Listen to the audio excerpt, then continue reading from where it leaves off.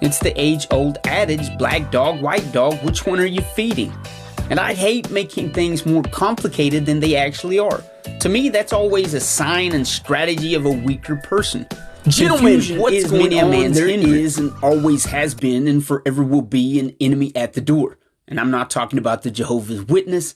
I'm talking about something more nagging and persistent and even more sinister. See, the deal is every man possesses within himself a warrior ready to battle and swing some axes, and a coward ready to bow down and surrender at will. And you say, well, I'm no fucking coward. I'll throw some punches, rocks, whatever. Hell, I'll even scratch somebody if I have to. So I think it's important and very crucial to our overall well-being to recognize that lashing out and acting a fool when our backs are against the wall, that's not being a warrior. It's actually the stance and reaction of one that is fearful, and better yet, one that is unprepared. The coward's only going to react when he's trapped. The warrior, on the other hand, is never really caged, because he's always prepared. The warriors have been planning for this unexpected since he decided to confront the enemy. One is composed, and the other is chaotic. One is put together with a resilient fortitude, and the other is a cat backed into the corner, all claws and no balls. So every man is in a battle, hell, a raging battle at that. It's just that we're not usually aware of the war going on around us because the enemy and its warfare is within us. The saying, you are your worst enemy, is one of the greatest fucking truths a man could ever begin to explore and decipher.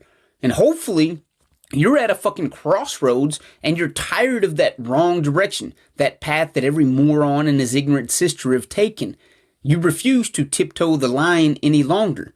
And that new direction, and all its treasures and doorways unpolluted with the metaphorical Jehovah Witnesses, that starts by asking yourself, am I the warrior running the sword through the coward and all his garbage? Or am I that coward hiding from the possibility of the warrior? And the beginning of the answer to that question starts with composure or chaos. Is your life flowing in a composed state? Or is it like many of us swarmed and bombarded with chaos and its shrapnel? A lot of us have been walking around shell-shocked with our own bullshit, our own ignorant and cowardice mishaps. We blame everybody else and name them the enemy, when in fact we are the witness knocking at the door pestering our damn selves to death. It's the age-old adage, black dog, white dog, which one are you feeding? And I hate making things more complicated than they actually are. To me, that's always a sign and strategy of a weaker person. Confusion is many a man's hindrance. So let's quit being fucking confused. We are the enemy. It's not them or they or him or her.